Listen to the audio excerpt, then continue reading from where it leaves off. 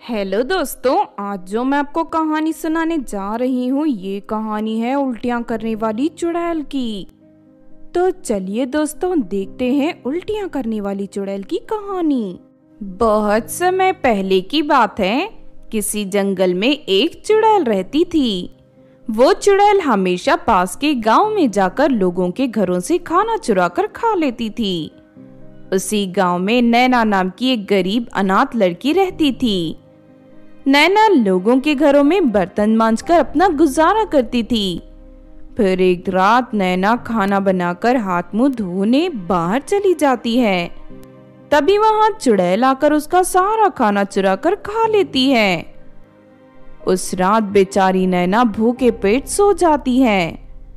नैना के हाथों का खाना बहुत ही स्वादिष्ट था, इसीलिए चुड़ैल अगली रात फिर से नैना के घर में खाना चुराने पहुंच जाती है और नैना की नजर बचाकर उसका सारा खाना चुरा कर ले जाती है। इस तरह धीरे धीरे ये रोज की बात हो जाती है। फिर एक दिन नैना के घर पर एक औरत आती है और कहती है, सुनो नैना, मुझे पता चला है कि तुम बहुत ही स्वादिष्ट खाना बनाती हो। कल मैं अपने घर पर एक दावत देना चाहती हूँ। तुम ढेर सारा स्वादिष्ट खाना बनाकर मेरे घर पहुँचा देना। इसके बदले मैं तुम्हें बहुत सारे पैसे दूंगी। और हाँ, अगर तुम्हारा खाना मेरे मेहमानों को पसंद आया तो फिर मैं तुम्हें बहुत बड़े बड़े कंपनी के ऑर्डर दिलवाया करूंगी। उसके बाद तुम्हें जिंदगी में कभी लोगों के यहाँ बर्तन मांजने की जरूरत नहीं पड़ेगी। मुझ पर भरोसा दिखाने के लिए आपका बहुत बहुत शुक्रिया आंटी जी। उसके बाद वो औरत नैना को कुछ पैसे देकर वहां से चली जाती है। फिर अगले दिन नैना बाजार से ढेर सारे खाने का सामान लेकर खाना बनाना शुरू कर देती है। फिर काफी मेहनत के बाद नैना सारा खाना बनाकर तैयार कर देती है।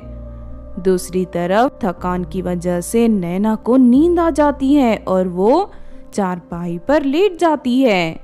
तभी मौका देखकर चुड़ैल उसके घर में रखा सारा खाना चुराकर जंगल में भाग जाती है। फिर थोड़ी देर के बाद वो औरत नैना के घर पहुंच जाती है।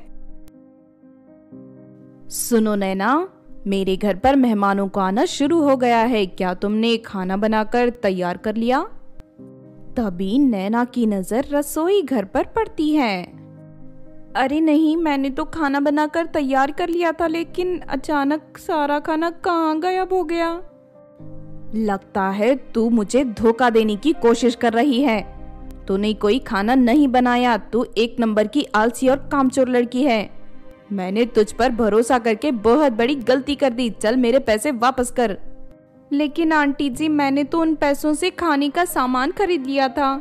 देख, मुझसे झूठ बोलने की कोशिश मत कर। इसी वक्त मुझे मेरे पैसे वापस कर, वरना ठीक नहीं होगा।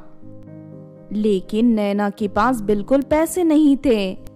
फिर उस औरत को बहुत गुस्सा आता है और वो नैना की खूब पिटाई करती है।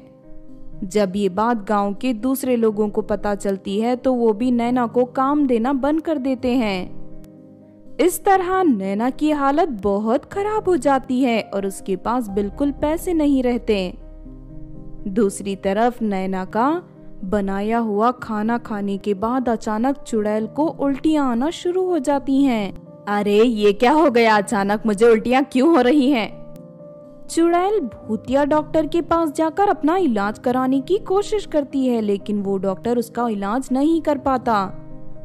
इस तरह वो चुड़ैल लगातार उल्टियां करने की वजह से बहुत परेशान हो जाती है। आखिरकार मजबूर होकर वो मदद के लिए रानी चुड़ैल के पास पहुंच जाती है। रानी चुड़ैल अपनी शक्ति से सारी बात का पता लगा लेती है। तूने गांव की उस मासूम अनाथ लड़की के घर से खाना चुरा कर खाया है, इसीलिए तुझे उल्टियां हो रही हैं। तेरी वजह से उस लड़की को बहुत तकलीफ उठानी पड़ी है। अब देख लेना, कुछ ही दिनों में तुझे खून की उल्टियां होना शुरू हो जाएंगी। उससे ठीक 5 दिन बाद तेरी मौत हो जाएगी। ये सुनकर चुड़ैल घबरा जाती है। अरे नहीं, मुझसे बड़ी गलती हो गई रानी जी। मैं मरना नहीं चाहती, आप मुझे बचा लीजिए।